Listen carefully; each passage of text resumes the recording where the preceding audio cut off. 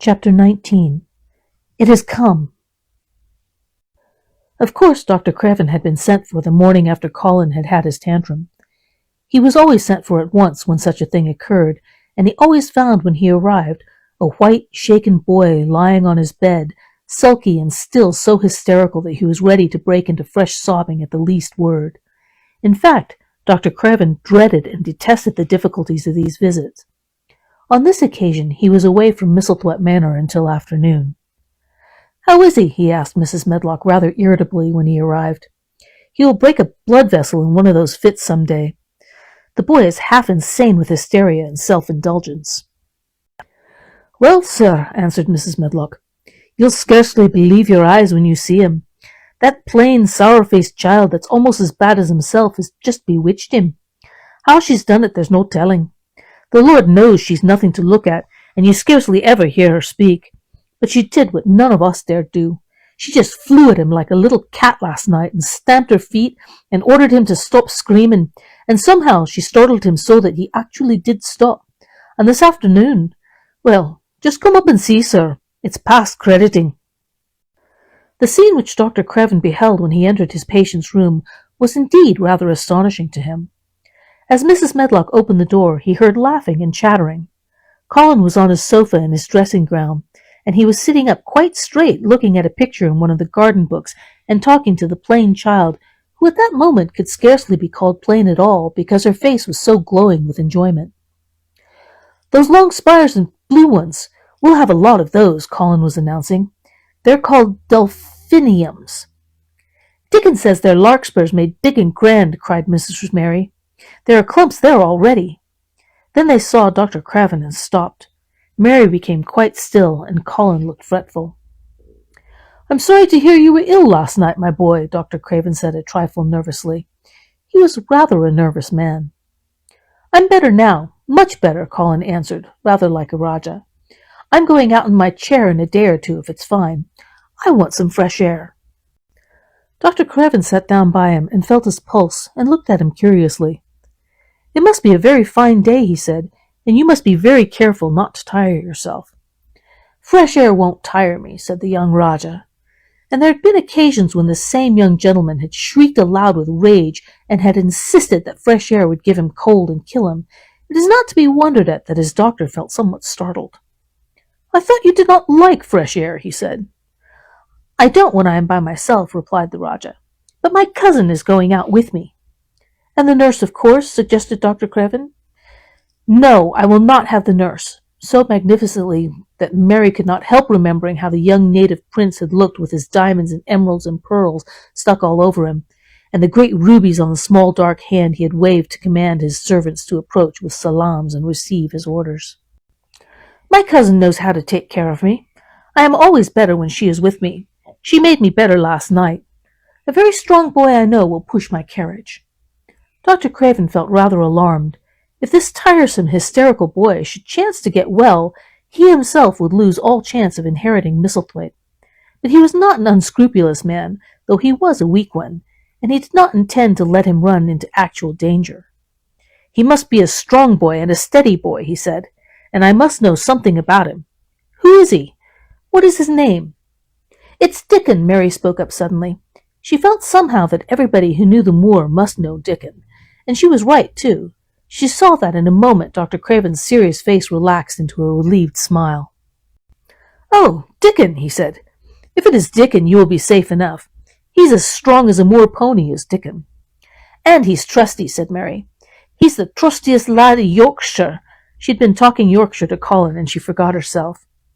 "Did Dickon teach you that?" asked Dr. Craven, laughing outright.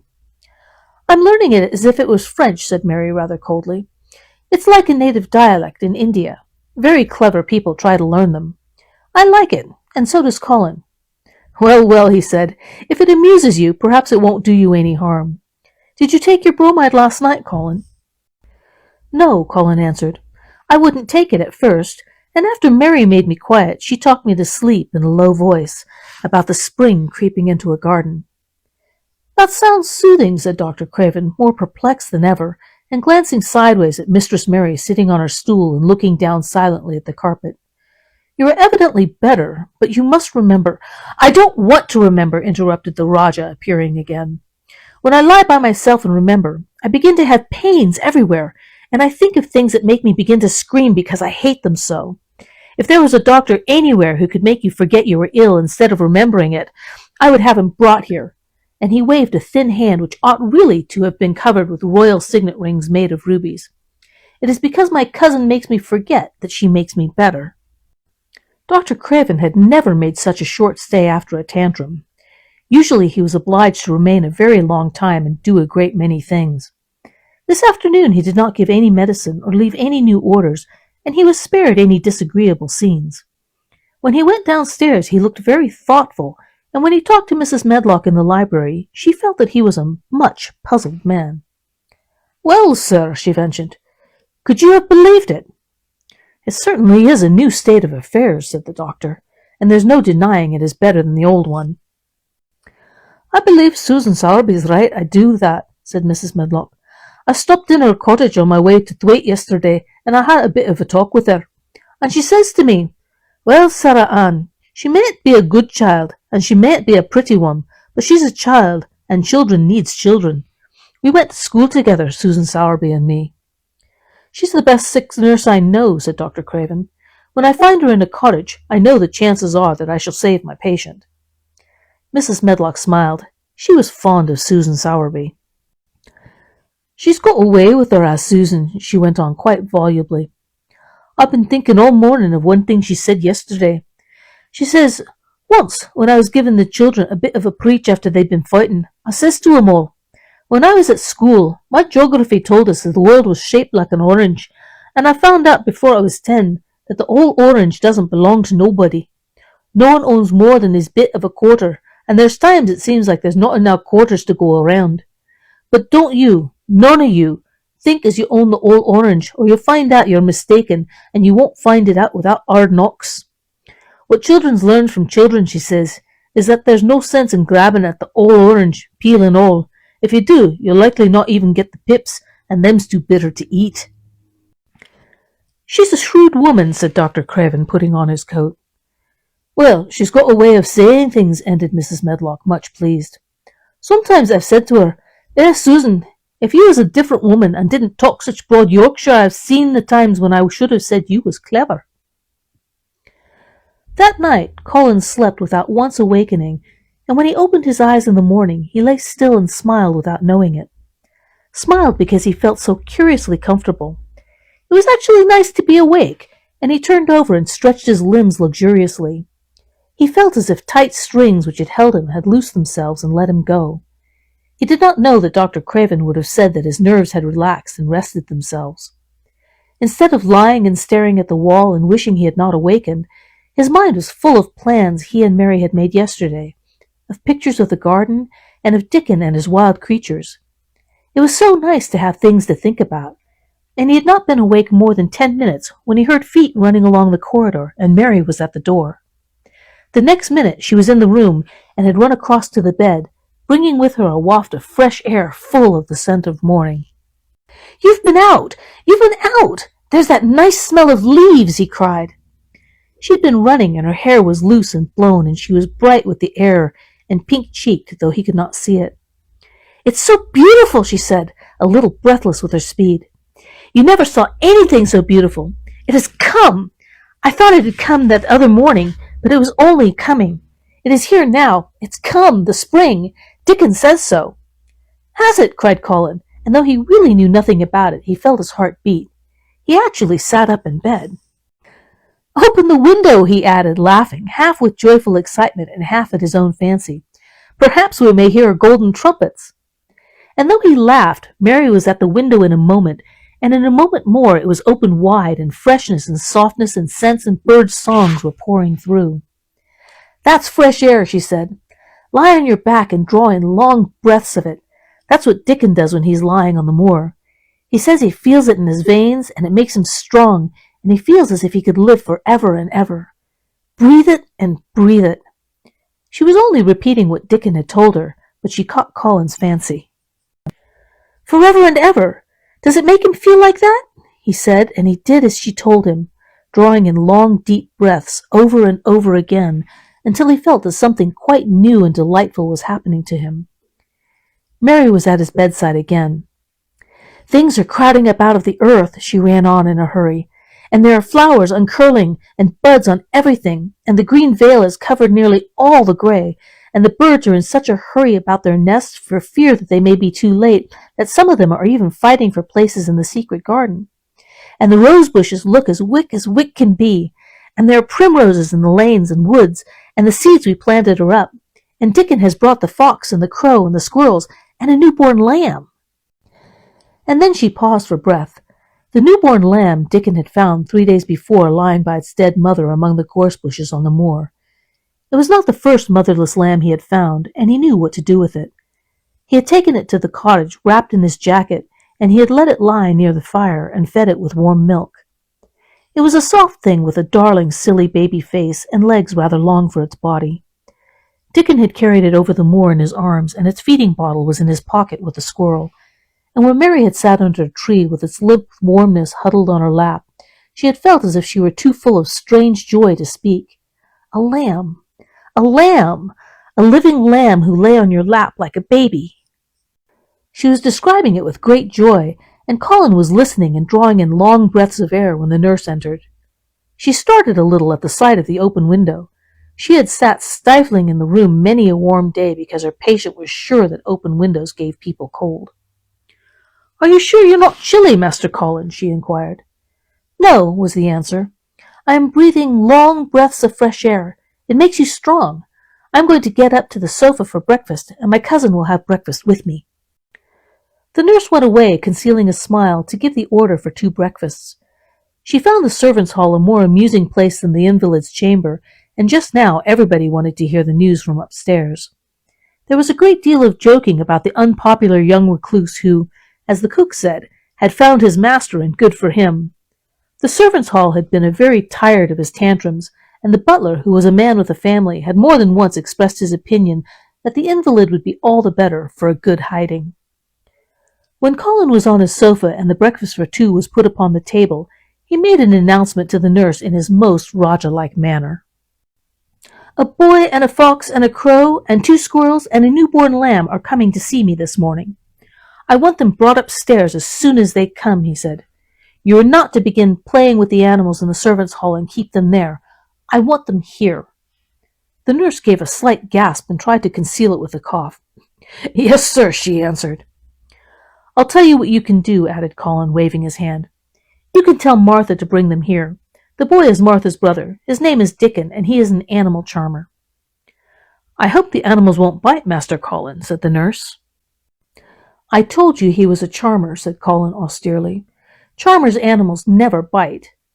"There are snake charmers in India," said Mary, "and they can put their snakes' heads in their mouths." "Goodness!" shuddered the nurse.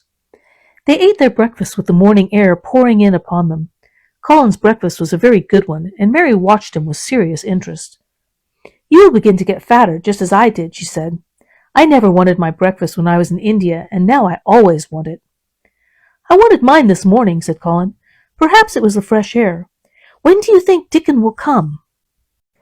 He was not long in coming. In about 10 minutes Mary held up her hand. "Listen," she said. "Did you hear a caw?" Colin listened and heard it, the oddest sound in the world to hear inside a house. A hoarse caw! Caw! "Yes," he answered. "That's Soot," said Mary. "Listen again. Do you hear a bleat? A tiny one." "Oh, yes," cried Colin, quite flushing. "That's the newborn lamb," said Mary. "He's coming." Dickon's moorland boots were thick and clumsy, and though he tried to walk quietly, they made a clumping sound as he walked through the long corridors. Mary and Colin heard him marching, until he passed through the tapestry door to the soft carpet of Colin's own passage. "If you please, sir," announced Martha, opening the door. "If you please, sir, here's Dickon and his creatures." Dickon came in smiling his nicest wide smile. The newborn lamb was in his arms, and the little red fox trotted by his side. Nut sat on his left shoulder and Soot on his right, and Shell's head and paws peeped out of his pocket. Colin slowly sat up and stared, as he had stared when he first saw Mary, but this was a stare of wonder and delight. The truth was that in spite of all that he had heard, he had not in the least understood what this boy would be like, and that his fox and his crow and his squirrels and his lamb were so near to him, and his friendliness, that they seemed almost to be part of himself. Colin had never talked to a boy in his life, and he was so overwhelmed by his own pleasure and curiosity that he did not even think of speaking. But Dickon did not feel the least shy or awkward. He had not felt embarrassed because the crow had not known his language and had only stared at him and not spoken to him the first time they met. Creatures were always like that until they found out about you. He walked over to Colin's sofa and put the newborn lamb quietly in his lap, and immediately the little creature turned to the warm velvet dressing gown and began to nuzzle and nuzzle into its folds, and butt its tight curled head with soft impatience against his side. Of course no boy could have helped speaking then. "What's it doing?" cried Colin. "What does it want?" "It wants its mother," said Dickon, smiling more and more. "I brought it to thee a bit hungry, 'cause I knowed I'd like to see it feed." He knelt down by the sofa and took a feeding bottle from his pocket. "Come on, little un," he said, turning the small woolly white head with a gentle brown hand. "This is what tha's after. They'll get more out of this than they will out of silk velvet coats. There now," and he pushed the rubber tip of the bottle into the nuzzling mouth, and the lamb began to suck it with ravenous ecstasy. After that there was no wondering what to say. By the time the lamb fell asleep, questions poured forth, and Dickon answered them all. He told them how he had found the lamb just as the sun was rising 3 mornings ago. He had been standing on the moor listening to a skylark and watching him swing higher and higher into the sky until he was only a speck in the heights of blue. "I'd almost lost him but for a song, and I was wondering how a chap could hear it when he seemed as if he'd get out of the world in a minute, and just then I heard something else far off among the gorse bushes. It was a weak bleating, and I knowed it was the new lamb as was hungry, and I knowed it wouldn't be hungry if it hadn't lost its mother somehow, so I set off searching. I did have a look for it. I went in and out among the gorse bushes and round, and I always seemed to take the wrong turning. But at last I see a bit of white by a rock on top of the moor, and I climbed up and I found the little un half dead with cold and clemming." While he talked, Soot flew solemnly in and out of the open window and cawed remarks about the scenery, while Nut and Shell made excursions into the big trees outside and ran up and down trunks and explored branches. Captain curled up near Dickon, who sat on the hearth rug from preference. They looked at the pictures in the gardening books, and Dickon knew all the flowers by their country names and knew exactly which ones were already growing in the secret garden. "I couldn't say that their name," he said, pointing to one under which was written Aquilegia, "but us calls that one Columbine, and that there one, it's a snapdragon, and they both grow wild in edges. But these is garden ones, and they're bigger and grander. There's some big clumps of columbine in the garden. They look like a bit of blue and white butterflies fluttering when they're out." "I'm going to see them," cried Colin. "I'm going to see them." "Ah, that the mun," said Mary quite seriously, "and the munnot lose no time about it.